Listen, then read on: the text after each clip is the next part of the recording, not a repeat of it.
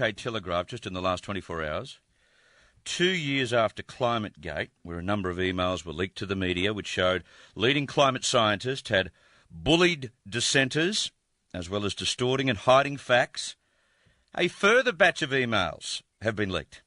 And like last time, they show scientists at the heart of the man-made global warming industry in a most unflattering light.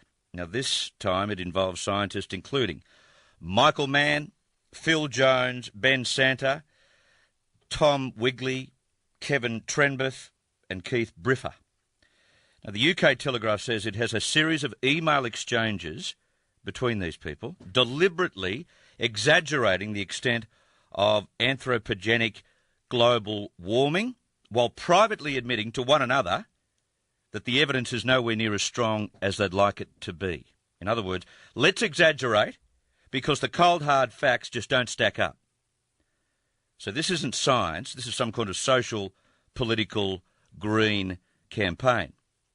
And the telly has printed some of the highlights from around 220,000 emails circulated within this group. They include the following.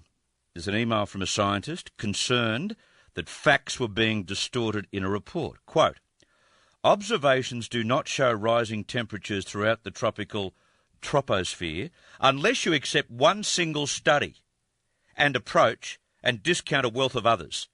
This is just downright dangerous. We need to communicate the uncertainty and be honest. Phil, hopefully we can find time to discuss these further if necessary, unquote. Then there's this comment from another scientist, quote, I also think the science is being manipulated to put a political spin on it, which for all our sakes might not be too clever in the long run, unquote. You mean it could leak out? Well, it has. And this from a leading climate scientist concerned about the spin being profited by the IPCC, quote, it seems that a few people have a very strong say, and no matter how much talking goes on beforehand, the big decisions are made at the 11th hour by a select core group, unquote. Another scientist emailed this, quote, Mike, the figure you sent is very deceptive. There have been a number of dishonest presentations of model results by individual authors and by the IPCC, unquote.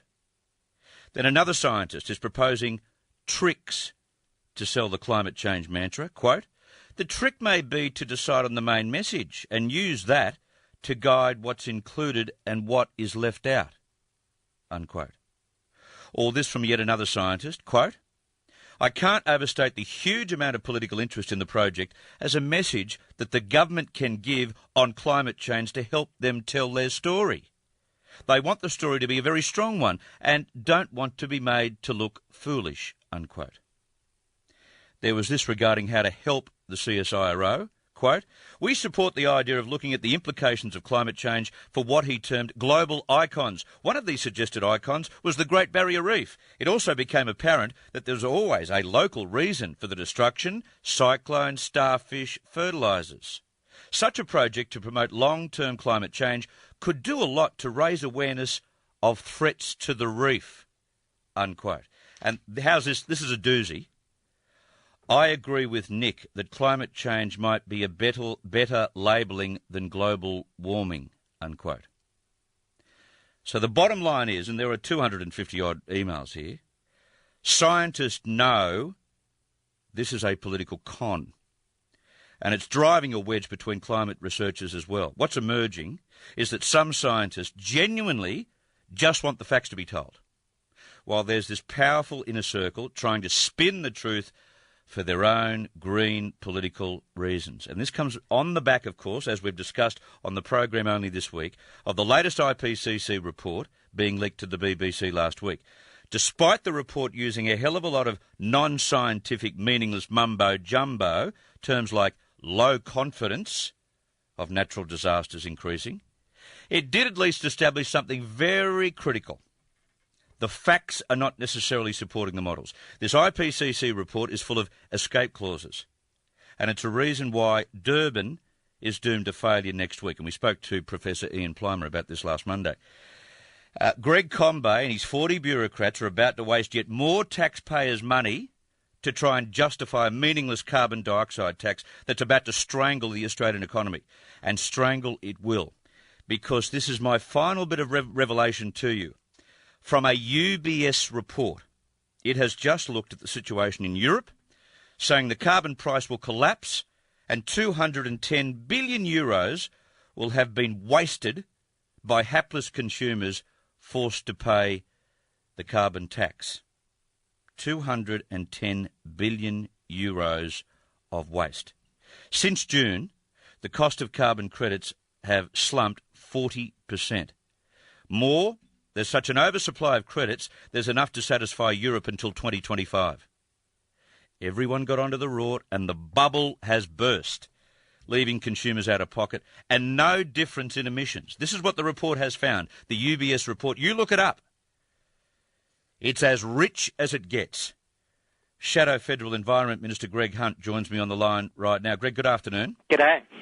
I guess we should concentrate on this first before we ask you a few other questions that would be relevant to what's occurring in Parliament House over the last 24 hours. But Durban next week, is it even worth us attending based on what we've heard overnight? Well, I don't think it's worth sending a massive delegation which would represent the entire front half of the plane. I think it's right for Australia to be there, but in small, modest numbers, because any outcome from Durban will be small and modest. It's absolutely clear that a global treaty is not on the table, that countries such as Canada, the United States, Japan and Russia have made it clear they're not even going to support a new Kyoto agreement. So let's be careful with taxpayers' money, because they haven't been too careful with taxpayers' money over the last few years. Yeah, how about sending 5 to Durban instead of 45? Can I just ask one point at a time? The IPCC report, which was supposed to surface in Durban, but was leaked by and to the BBC, a stack of escape clauses everywhere. In short, the scientific data is not supporting the climate model predictions. This is Y2K bug all over again.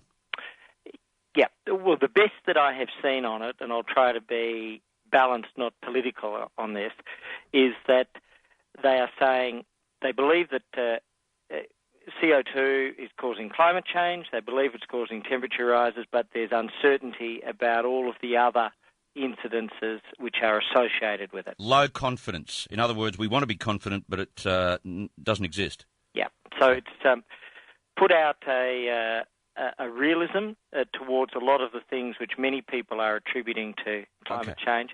So the basis is they say, yes, there's an impact,